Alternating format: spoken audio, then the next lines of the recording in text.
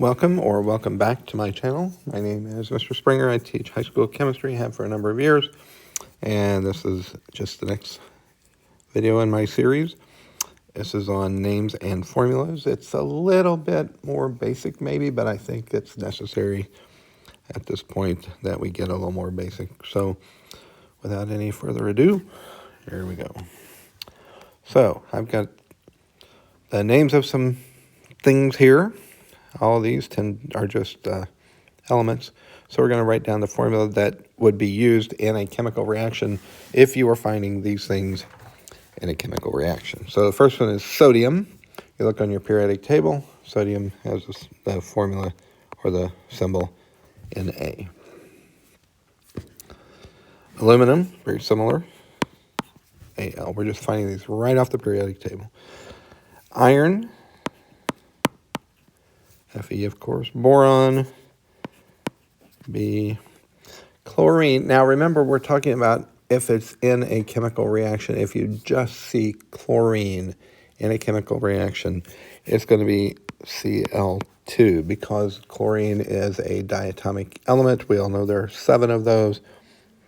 They are hydrogen, nitrogen, oxygen, fluorine, chlorine, bromine, and iodine. So any of those, when you see them by themselves, they always have a partner. They're diatomic. And we circle those on our periodic tables, just so we know. Phosphorus. Now, if you get more advanced, sometimes phosphorus is P4, but for now, I'm just going to call it P. Oxygen is one of those diatomics, O2. And that's the end of that page. So I've given you the names. This is the formula you would write in a chemical reaction. Let's do some more. Now this time I'm giving you formulas, you give me names. N2, it's one of those diatomics. It's just nitrogen. Ag, silver. Si, silicon. Cu, copper. And Zn, zinc. So if you see any of those in a chemical equation, there's more. Neon and potassium. So these would be just elements perhaps in a single replacement type reaction or a synthesis reaction. And that's what we would write for those. All right, now we're getting a little more complex. We're going to have some compounds here. And when you're doing compounds, it's important to know whether it's an ionic compound, which would be a metal and a nonmetal. And we can tell that from where they are on the periodic table. Or if it's not ionic, then it's likely going to be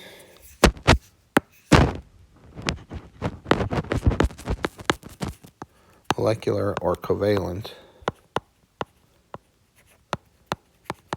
And that will be 2 nonmetals.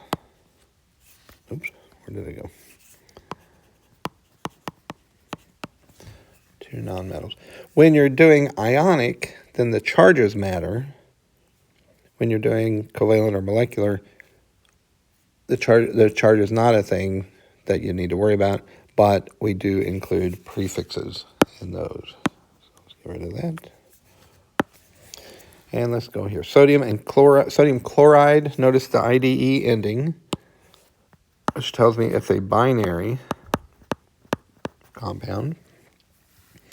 And we know that sodium is a metal. Chlorine is a nonmetal. So now we need to pay attention to the charges of those 2 elements. Sodium's all the way on the left side of the table. It's in column 1A. It gave up its 1 valence electron to form a charge of +1. The chlorine atom becomes chloride ion when it gains that valence electron because it had 7 and it wants 8. So the chloride ion has a -1 charge. So when you put those together, the charges cancel out. You never have a charge in your compound formula. NaCl, sodium chloride, NaCl. If you have a charge left over, you don't have a compound, you have an ion, a polyatomic ion. I think some people call those radicals. All right, so here we got sulfur dioxide. Again, the IDE ending tells me it's binary. We just have sulfur and oxygen. But since both sulfur and oxygen are both nonmetals, both are nonmetals, then we don't care about the charges. We look at that di, there, the prefix on the oxygen. So it's sulfur and 2 oxygens, SO2, sulfur dioxide. Let me go over this one again, make it a little heavier. All right, magnesium sulfate. Now we have the ATE ending, which now it's not binary. And you probably recognize the sulfate name as one of the polyatomic ions that you're probably trying to memorize. I hope you are trying to memorize those. So it's ionic because magnesium is a metal and sulfate is an anion. So we look on the chart on the periodic table, we find magnesium in column 2A, which means it will form ions with a +2 charge. The sulfate ion also has a -2 charge. You just have to remember its formula is SO4 minus 2. So the formula for magnesium sulfate, MgSO4. Aluminum oxide, we got the IDE again, so we're binary. Aluminum is a metal. Oxide is oxygen, which is a nonmetal. We find the charges on the aluminum is +3, on the oxide is -2, Al2O3. We like to crisscross those numbers. Not the charges, just the numbers. We take the superscripts, see it was Al +3 and O -2. I'll put the 2 there, put the 3 there. That gives me Al2O3. That's the easy way to do it. Just be aware that when you put 2 of the +3s, that gives the aluminum side a +6 charge.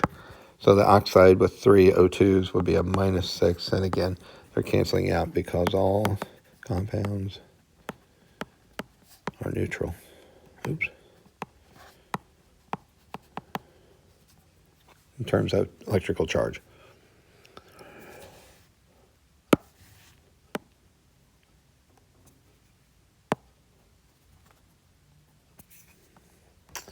All right, sulfur trioxide, we got the IDE ending, so it's binary. Sulfur and oxygen are both nonmetals. So we're going to look at, there's a prefix, so it's SO3, tri being 3. Don't get this confused with sulfite ion. Right, notice the difference there, no charge versus charge. Sulfur trioxide is this one. Sulfite is this one. They're not the same.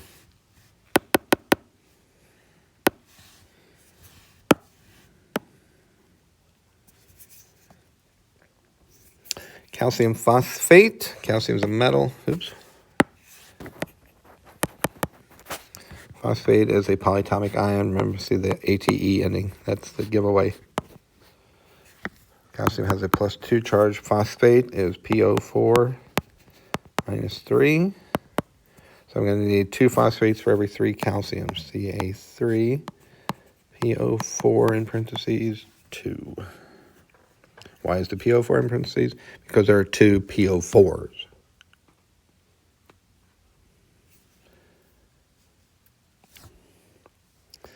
All right, going back the other way, here is potassium.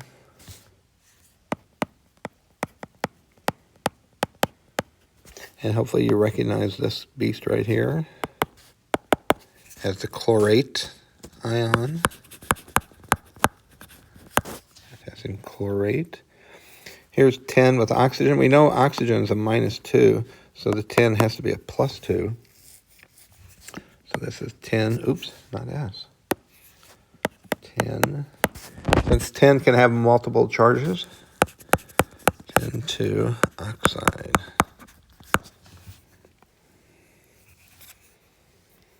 This right here is an acetate. zinc. And even though it's a transition metal, group-wise, zinc always has, in a compound, always has a charge of +2. That's why it took 2 of these acetates. Each has a charge of -1. The next 2 are oxides of iron, and iron can have more than one charge, obviously. This one, since the O is -2, this must be +2. So this would be iron 2.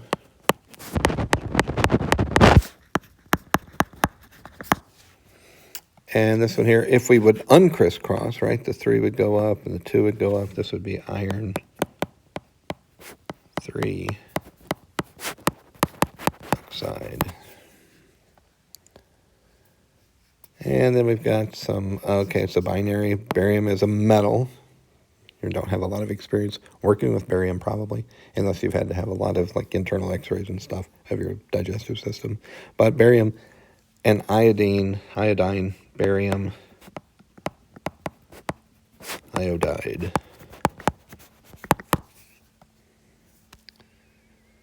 And that takes care of page 4. We got one more page, I believe. Oh, this is a mixed one. So it could be anything. Here's carbon tetrachloride. The tetra is the prefix for 4. Carbon is a nonmetal. Chlorine is a nonmetal. So we got carbon and chlorine, but there's 4 chlorines. Carbon tetrachloride, CCl4. Here is a permanganate ion.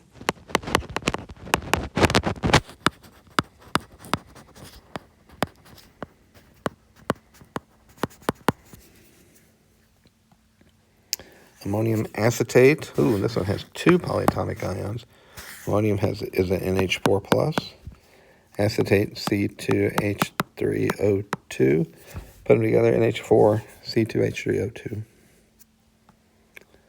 BF3 boron is kind of a metalloid, I believe, and we'll put it on the nonmetal side. This will have prefixes boron, trifluoride, BF3. Phosphorus, pentafluoride, both nonmetals. Penta is the prefix for 5, PF5.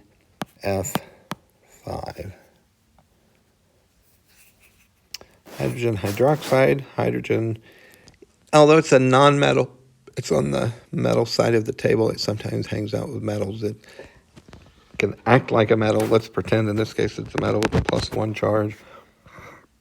The hydroxide we should remember is a -1, so it's H and OH, which, as you know, is also known as H2O or water. You are allowed to use your common sense. You are. All right, so I want you to try these for yourself. There are 6 of them. And if you'll pause the video here. I don't know why that happened. Sorry, I don't understand. Yeah, I don't know why you did that. Go away. Okay. Anyway, pause your video while you work these out, and then unpause it, and I will have answers for you. I'll just write them down here in a minute. And so when you unpause, you'll be able to go through these answers. So there you go. Pause.